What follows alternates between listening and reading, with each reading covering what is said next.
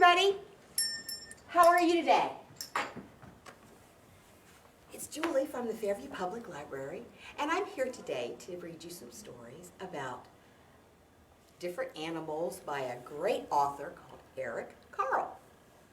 Eric Carle is one of my favorite authors. One of the things he does that I really like, his pictures are made up of different types of media. Media is a name used like painting is a media, drawing is a media. Those are all different things that you can use to create art. And he puts a whole lot of them together to make his pictures. And they're always really colorful and very pretty. And I like them a lot. The first book I'm going to read to you today is called The Mixed Up Chameleon. Hi Remy. Hi Easton. How are you? Glad you could join us today. The Mixed Up Chameleon is about this little chameleon who sees different animals and really wants to be like they are, instead of being like he really is. Let's find out what animal he ends up being. The Mixed Up Chameleon by Eric Carle.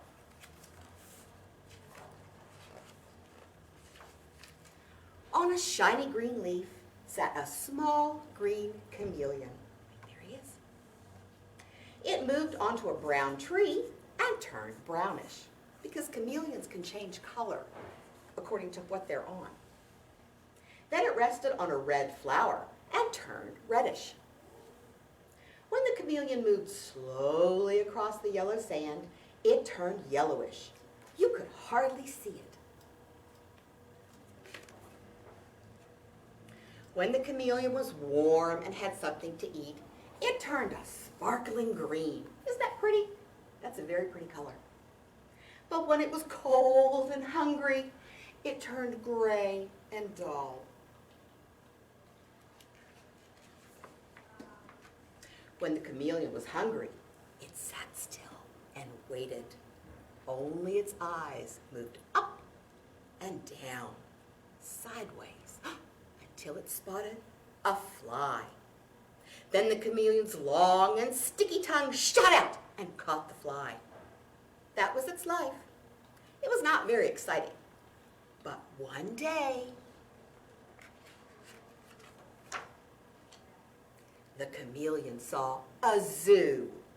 It had never seen so many beautiful animals. What kind of animals is he seeing here? There's a seal. There's a turtle. What's this big animal here? Right, polar bear. Here's a flamingo, a fish. There's a deer, a fox, an elephant. And what's this animal with the long neck? Can you say it loud? Very good. It's a giraffe. And he saw people too. These animals are all different and have different feet and different heads and different noses, all different colors too. The chameleon thought, how small I am, how slow, how weak. I wish I could be big and white like, you see that? Right, the polar bear. And the chameleon's wish came true. But was it happy? No. I wish I could be handsome like a flamingo. Here, he's got flamingo wings now, and flamingo feet.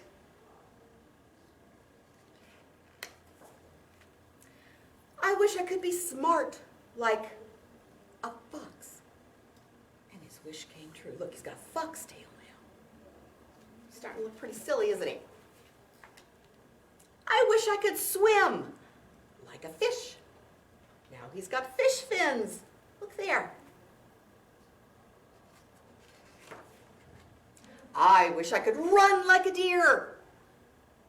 Now he has deer antlers.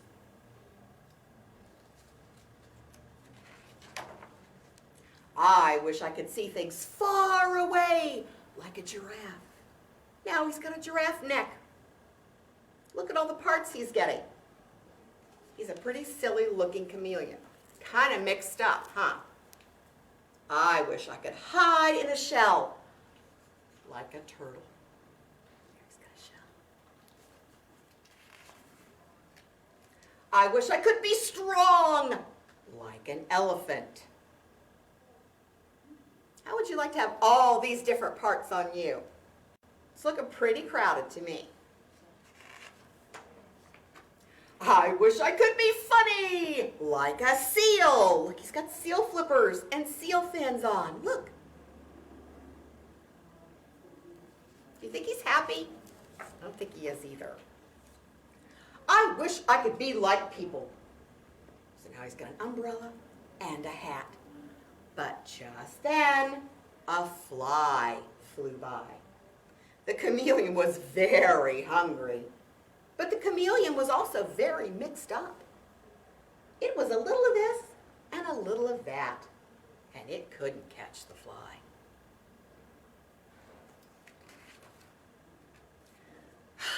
I wish I could just be myself. The chameleon's wish came true, and he caught the fly. So what do you think? Do you think the chameleon liked being all those mixed up parts? Or do you think he really preferred to be just himself? That's what I think. Hi, Everett. Hi, Everly. Hi, Van. Hi, Daisy. That's a pretty good story. That teaches us that no matter what we want to be, or no matter who we think we should be, it's always better to be ourselves because we're perfect just the way we are. Now, have you ever woken up in the morning and just been really, really mad and really, really grouchy? Have you ever woken up and just wanted to kick and scream and bite? Have you ever done that? I know I've done that sometimes. Well, here's another story by Eric Carle about a little ladybug who woke up really, really grouchy. Let's see what happens to her. The Grouchy Ladybug.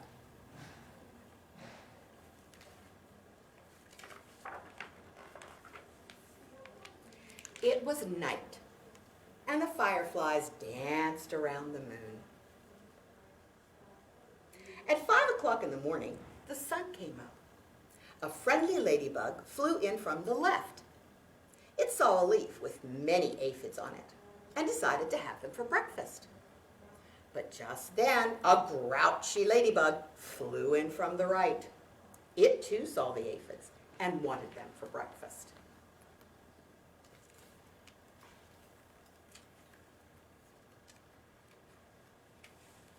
Now, are you noticing all the pictures that we are seeing are made up of different kinds of media? This one looks like there's some painting done on a piece of paper. This one could be watercolor maybe with dabbing your brush on. That's how Eric Carle makes his pictures, and they're all very, very pretty and very colorful. Good morning, said the friendly ladybug. Go away, shouted the grouchy ladybug. I want those aphids.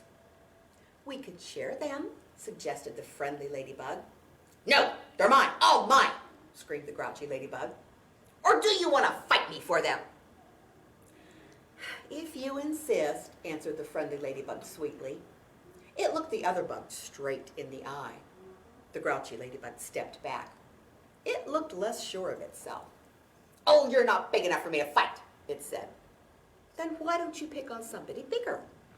I'll do that, screeched the grouchy ladybug. I'll show you. It puffed itself up and flew off. It's kind of mean, huh? That ladybug's having a bad day. At 6 o'clock, it met a yellow jacket. Down there at the yellow jacket, that's a bee. Hey you, said the grouchy ladybug. Want to fight? If you insist, said the yellow jacket, showing its stinger. Oh, you're not big enough, said the grouchy ladybug, and flew off. At 7 o'clock, it met a stag beetle. Hey you, said the grouchy ladybug. Want to fight? Well, if you insist, said the stag beetle, opening its jaws. Oh, you're not big enough, said the grouchy ladybug, and it flew off. At 8 o'clock, it came across a praying mantis. Hey, you, said the grouchy ladybug. Want to fight? No. If you insist, said the praying mantis, reaching out with its long front legs. Oh, you're not big enough, said the grouchy ladybug, and it flew off. I think I would have flown off too. At 9 o'clock, it almost flew into a sparrow. Hey, you, said the grouchy ladybug. Want to fight? Huh, you insist, said the sparrow, opening its sharp beak. Oh, you're not big enough, said the grouchy ladybug, and flew off. At 10 o'clock, it saw a lobster. Hey, you, said the grouchy ladybug. Want to fight? If you insist, said the lobster, stretching its claws. Oh, you're not big enough, said the grouchy ladybug, and it flew off. At 11 o'clock, it bumped into a skunk. Hey, you, said the grouchy ladybug. Want to fight? Well, if you insist, said the skunk, starting to lift its tail. Oh, you're not big enough, said the grouchy ladybug, and it flew off. At 12 noon, it spotted a boa constrictor. That's a big snake. Hey, you, said the grouchy ladybug. Want to fight? If you insist, said the snake, right after lunch. What it's going to eat? Squirrel. Oh, you're not big enough, said the grouchy ladybug, and it flew off. At 1 o'clock, it happened upon a hyena. Hey, you, said the grouchy ladybug. Want to fight? said the hyena, laughing eerily and showing its teeth. Oh, you're not big enough, said the grouchy ladybug, and it flew off. At 2 o'clock, it met a gorilla. Hey, you, said the grouchy ladybug. Want to fight? If you insist, said the gorilla, beating its chest. Oh, you're not big enough, said the grouchy ladybug, and it flew off. At 3 o'clock, it ran into a rhinoceros. Hey, you, said the grouchy ladybug. Want to fight? Oh, if you insist, said the rhinoceros, lowering its horn. Oh, you're not big enough, said the grouchy ladybug, and it flew off. Ladybug's looking for a fight, but it's not really wanting to fight very badly, is it? At 4 o'clock, it encountered an elephant. Hey, you, said the grouchy ladybug. Want to fight? Oh, you insist, said the elephant, raising its trunk and showing its big tusks.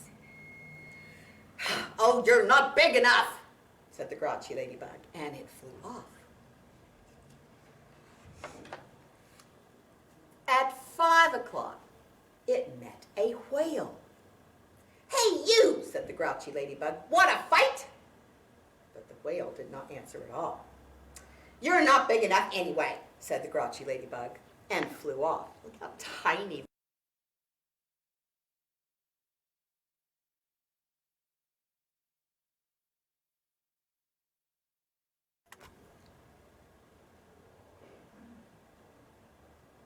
And how big that whale is. The little ladybug and the big whale. So remember, this was at 5 o'clock. At 5:15, the grouchy ladybug said to one of the whale's flippers, hey, you, want to fight?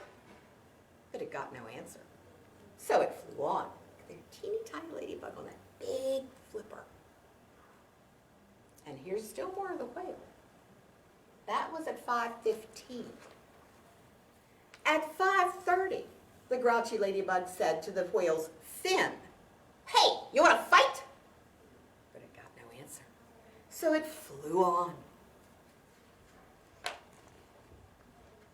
At 5:45, the grouchy ladybug said to the whale's tail, hey, you want to fight? And the whale's tail gave the grouchy ladybug such a slap that it flew across the sea and across the land. At 6 o'clock, o'clock, the Grouchy Ladybug arrived right back where it had started from. "Ah, here you are again," said the friendly ladybug. "You must be hungry. There are still some aphids left. You can have them for dinner." "Oh, thank you," said the wet, tired, and hungry ladybug. Soon all the aphids were gone. "Thank you," said the leaf. "You are welcome," answered both ladybugs, and they went to sleep. The fireflies, who had been sleeping all day, came out to dance around the moon. So the Grouchy Ladybug ended up not being so grouchy after all, did she? I really like Eric Carle's books. Hi, Scotty. How are you? Well, I have one more Eric Carle book to read to you today. And this is about a seahorse who takes care of the babies instead of the mommy seahorse doing it. A lot of times in nature, the daddies take care of the babies instead of the mommies. So let's read and find out what other animals animal daddies take care of their babies. This is called Mr. Seahorse. Look how pretty he is. Look how many colors he's got on him.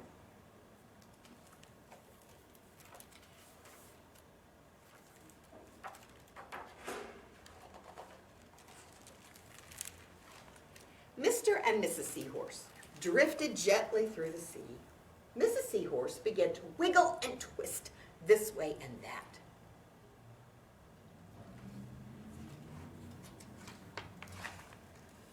"It's time for me to lay my eggs," she said. "Can I help?" asked Mr. Seahorse. "Oh, yes, thank you," said Mrs. Seahorse, and she laid her eggs into a pouch on Mr. Seahorse's belly. "I'll take good care of our eggs," said Mr. Seahorse. "I promise."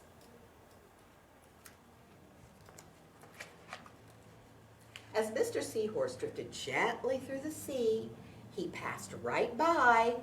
What do you think is behind this bunch of weeds here? What do you think it is? Maybe an octopus? Maybe another seahorse? A goldfish? What do you think it is? Let's find out. He passed by a group of trumpet fish hidden in a patch of weeds.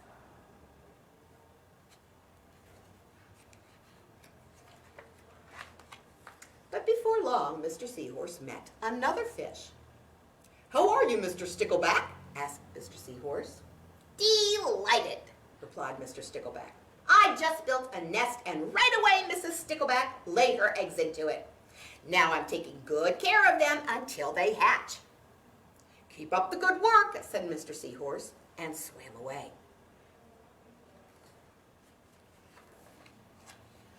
As Mr. Seahorse drifted gently through the sea, he passed right by. What do you think is behind this reef? What kind of fish? Think an octopus again?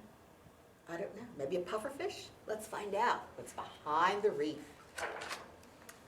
It's a lionfish hidden behind a coral reef. You can tell it's a lionfish because these fins or little antennae or whatever he's got here look like a mane. That's why it's called a lionfish.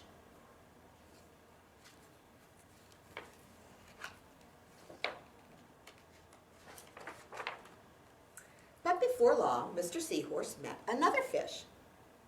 "How are you, Mr. Tilapia?" asked Mr. Seahorse. Mr. Tilapia couldn't answer. His mouth was full of eggs. I know," said Mr. Seahorse. "Mrs. Tilapia laid her eggs. Now you're taking good care of them until they hatch." Mr. Tilapia nodded his head. "You must be very happy," said Mr. Seahorse, and swam on his way. As Mr. Seahorse drifted gently through the sea, he passed right by. There's a bunch of leaves, a bunch of seaweed, several leaf fish hidden among the seaweed. They kind of look like leaves. That's why they could hide and didn't see them. But before long, Mr. Seahorse met another fish. "How are you, Mr. Curtis?" asked Mr. Seahorse. "Perfectly fine," replied Mr. Curtis. Mrs. Curtis laid her eggs and I have stuck them on my head. Now I'm taking good care of them until they hatch. You're doing a good job, said Mr. Seahorse, and swam on his way, the eggs on top of his head.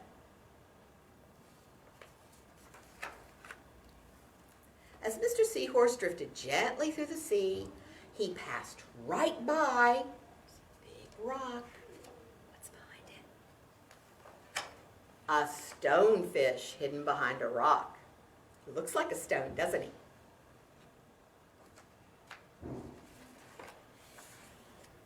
But before long, Mr. Seahorse met another fish. "How are you, Mr. Pipe?" said Mr. Seahorse. "Couldn't be better," said Mr. Pipe. "Mrs. Pipe laid her eggs along my belly. Now I'm taking good care of them until they hatch." "You should feel proud of yourself," said Mr. Seahorse, and swam on his way. There's a lot of daddy fish that take care of the babies, aren't there? Before long, Mr. Seahorse met another fish. "How are you, Mr. Bullhead?" said Mr. Seahorse. "Tick-tock," replied Mr. Bullhead. "Mrs. Bullhead laid her eggs, and the eggs hatched. Now I'm babysitting." "You're doing a fine job," said Mr. Seahorse, and swam on his way.